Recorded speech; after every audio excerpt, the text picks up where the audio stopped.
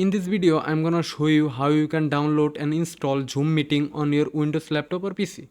First of all, click on Windows Start menu, then search here Microsoft Store.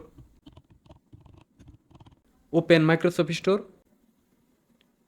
In the Microsoft Store search bar, search for Zoom meeting. In the left hand side, here as you see Zoom Workspace application, just click on that. Now to download and install Zoom on your Windows computer, just click on this install button. Wait few moments to download and install Zoom on your computer.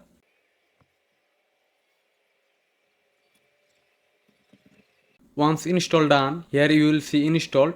To open Zoom, click on Windows Start menu, then search here Zoom. Here as you see Zoom Workspace application.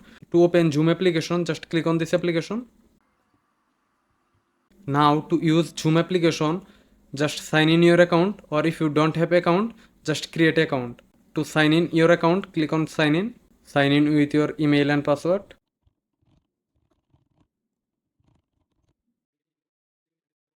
Now you can use Zoom application on your Windows device. If you found this video helpful, don't forget to subscribe our channel. See you in the next video.